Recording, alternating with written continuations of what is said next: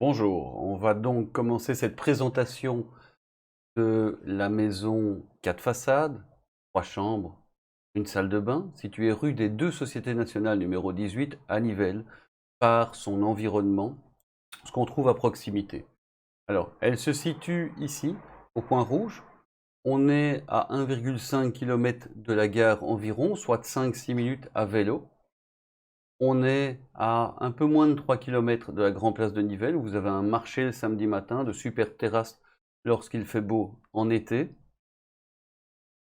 On est à 2,5 km environ du ring de Nivelles, en prenant le raccourci à travers le parc industriel, si on veut rejoindre Charleroi, Mons, Bruxelles, en se dirigeant vers le shopping, vers Nivelles Sud. Et alors, à 2 km environ ici, on a le début de la RN25 qui vous permet de vous diriger vers Wavre, Louvain-la-Neuve. On va regarder maintenant plus en détail l'environnement proche du bien. On voit que sur la nationale nous menant à Namur, la nationale 93, on a une série de moyennes et grandes surfaces comme un trafic, bricots, salle de sport type Basic Fist, des restaurants, et le parc à conteneurs qui est ici dans le zoning artisanal à donc moins de 1,5 km.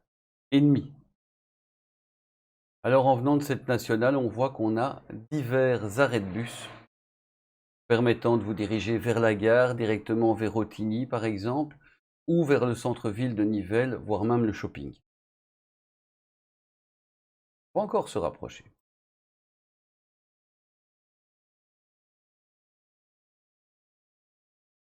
Alors, la rue est une rue à sens unique avec très peu de passages, très sécure pour les enfants.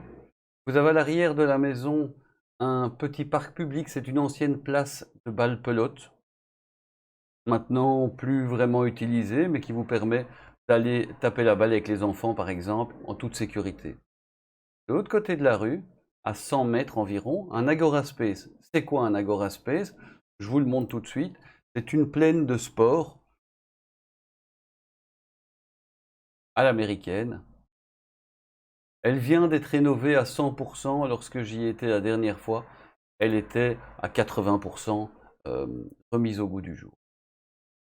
Alors, en rentrant dans le parc de la Maillebotte, en laissant cet Agora Space à main droite, on va arriver ici à un lieu où il y a une petite plaine de jeu et à l'école de la Maillebotte qui est environ à 350 mètres de la maison. Cette école est une école primaire et maternelle. On peut y accéder aussi via le Square des Nations Unies, ici, où vous avez un Louis Delhaize, vous avez une pharmacie, vous avez un coiffeur, vous avez un restaurant, divers petits commerces de proximité. Pour aller jusque la gare, en trottinette électrique, ça prend environ 5-6 minutes. Donc c'est assez rapide et si vous le souhaitez, vous avez des bus qui sont ici. Alors maintenant, on va se diriger vers la maison. On est dans la rue face à la maison. On le voit, route très large, double bande, beaucoup d'emplacements de parking, même devant la maison on le voit, large trottoir et des maisons qui sont à chaque fois un minimum de 4 mètres en recul, qui vous permet d'avoir beaucoup d'intimité et peu de vis-à-vis par rapport aux maisons situées de l'autre côté de la rue. Ici le petit sentier directement pour aller à l'Agora Space, et après le véhicule blanc à main gauche et le double bloc de maisons, ici 3 façades, vous avez un petit sentier qui vous mène au jeu de balle-pelote. Alors on est parti?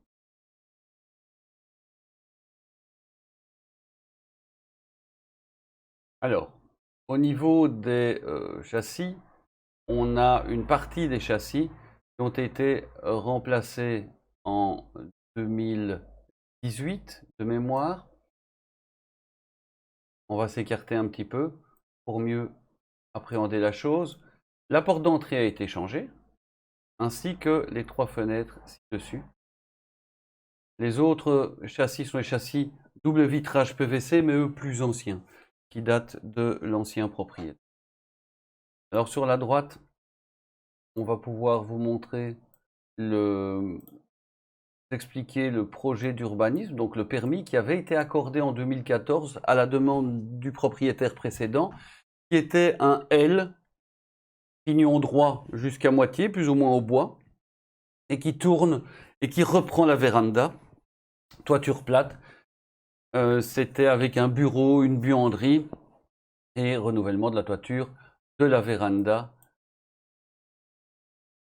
Allez, on est parti de l'autre côté.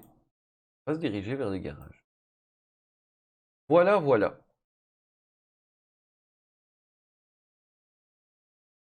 On a une toiture qui est en très bon état, tuile terre cuite. Le propriétaire a commencé sa rénovation, c'est pour ça qu'au niveau du PEB maintenant on voit un G. Mais depuis il y a eu l'isolation de la moitié de la toiture, ça doit être terminé. On a la chaudière qui a été changée et les anciens châssis simple vitrage ont été enlevés et remplacés par des châssis double vitrage PVC complètement neufs. Alors là on va se diriger vers ce que j'appelle les deux petits ateliers.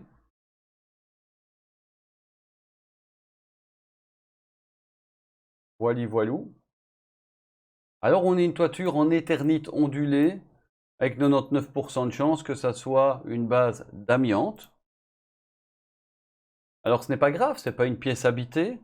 Maintenant, le jour où vous souhaitez changer cette toiture, il faudra évidemment prendre les précautions nécessaires pour respecter la législation en cette matière. Si vous souhaitez, on pourra en discuter lors de la visite. Alors dirigeons-nous dans le jardin. Alors le jardin fait environ 400 mètres carrés, terrasse comprise. De superficie, on a un terrain de 522 mètres carrés. J'ai mis que ce n'était pas tout à fait clôturé parce que ici, on voit que c'est parfait, parfait, parfait, parfait, parfait, parfait. Mais cette partie-ci, on voit que voilà, la clôture n'est pas parfaite et donc elle demandera un petit coup de rafraîchissement. Autre petit point d'amélioration, je trouve, c'est d'enlever ce mur, de couper ce sureau pour avoir vraiment une belle vue sur son jardin, quitte à venir mettre ici un petit panneau permettant de maintenir cette intimité que vous aviez ici avec le mur en béton. Alors on voit qu'au niveau des façades, ici ce châssis est neuf, les autres datent de l'ancien propriétaire, je n'ai pas la date exacte de placement des anciens. Ceci est neuf et la baie vitrée a été aussi placée par le propriétaire actuel. On voit qu'il y a un petit rejointoyage encore à faire, peinture à refaire au niveau de la façade arrière. La toiture ici a été remplacée, elle est quasi neuve, c'est une toiture métallique avec une isolation en styrodure d'environ 4 cm. Plongeons dans la maison. Alors comme vous pouvez le constater, on a ici l'ancien mur de façade. On a créé une ouverture pour le séjour, ce qui rend le séjour encore plus lumineux.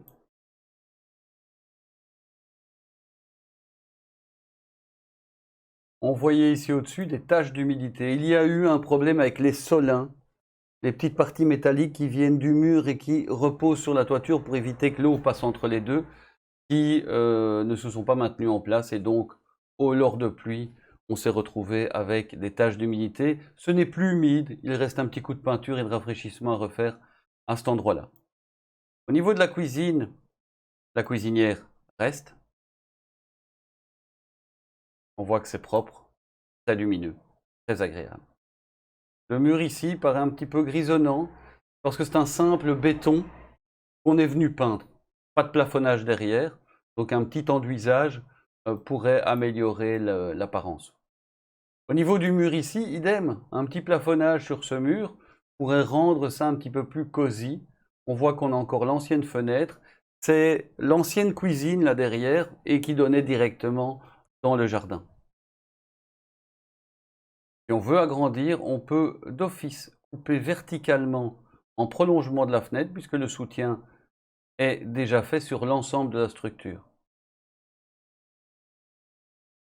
Alors, il y a un cellier qui fait environ 4-5 mètres carrés, peut-être 6, et derrière, il y a un WC. C'est cet ensemble qui formait la cuisine préalablement. Oups, on ne va pas ressortir. L'électricité, bon, donc le bien est vendu en conformité électrique et urbanistique. Il y a des régularisations à faire, etc. On s'en charge avant de vous remettre les clés, bien évidemment. On voit ici qu'on a une cheminée. Elle pourrait très bien servir à venir y mettre un feu à pellet. Il faudrait cependant y faire un double cubage.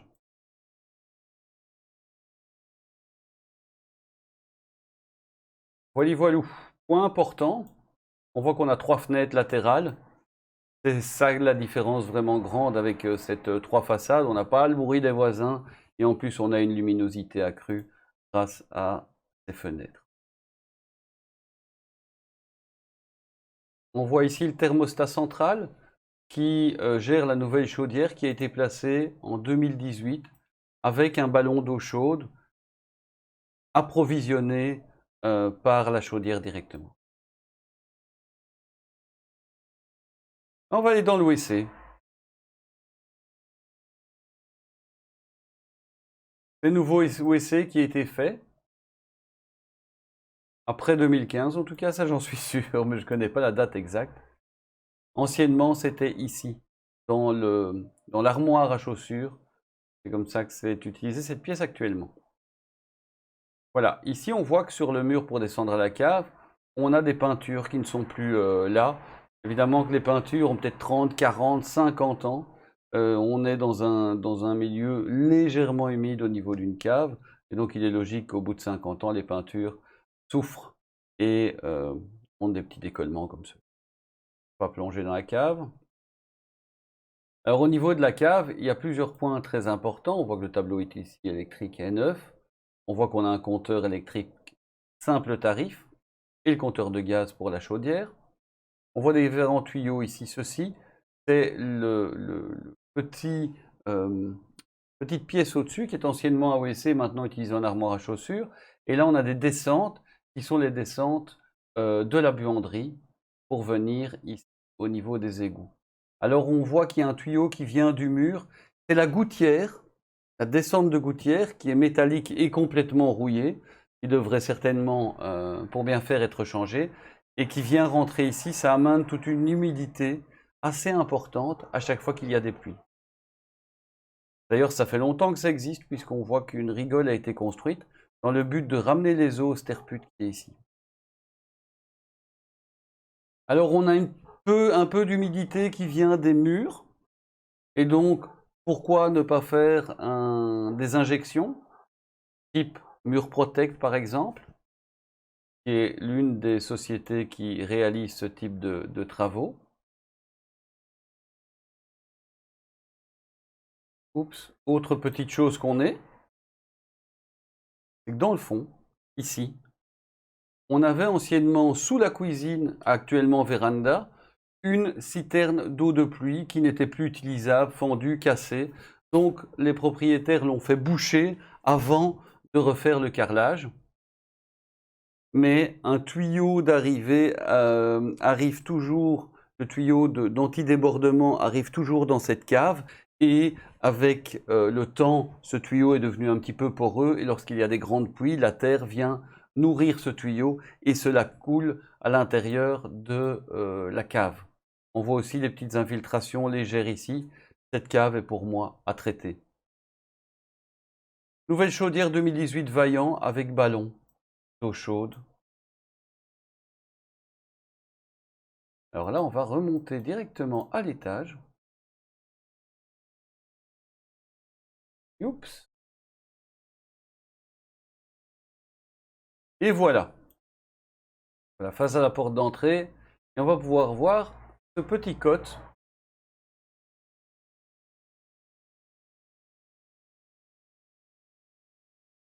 Ceci, c'est simplement l'ancien papier qui a été arraché, enlevé et un petit peu de plafonnage qui s'est laissé venir avec, pardon. On est à l'étage, on dirait chambre 1, chambre 2 et chambre 3. Alors que s'est-il passé? Les propriétaires, à un moment donné, ont décidé de transformer une des chambres en salle de bain. Très belle salle de bain. Mais cela fait perdre à l'habitation, malheureusement, une chambre assez intéressante, vu qu'on en a 3. Ici, on voit les volets roulants. Je considère que dans toute la maison, les volets ne sont plus utilisables et doivent soit être remplacés, soit en tout cas majoritairement réparés. Nous allons aller dans la chambre parentale. On voit encore une fois qu'on n'a pas vraiment de vis-à-vis. On voit ce volet qui se laisse un petit peu aller. On voit une nouvelle prise d'électricité. Nouveau plancher au sol. Posé par les propriétaires. Il manque de nombreuses plaintes.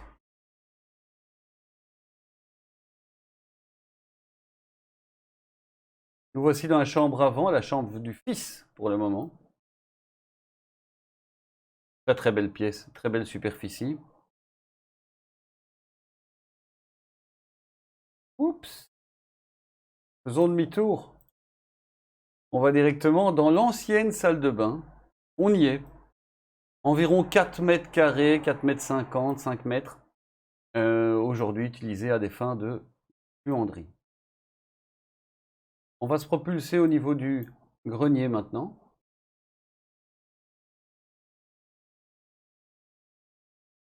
Alors on vient de l'escalier ici. Possibilité d'aménagement est de remplacer cette buanderie par un escalier tournant qui vient faire ceci, ce qui nous permettrait d'avoir un beau dressing ou salle de bain dans ce coin-ci et une chambre de l'autre côté. Voilà.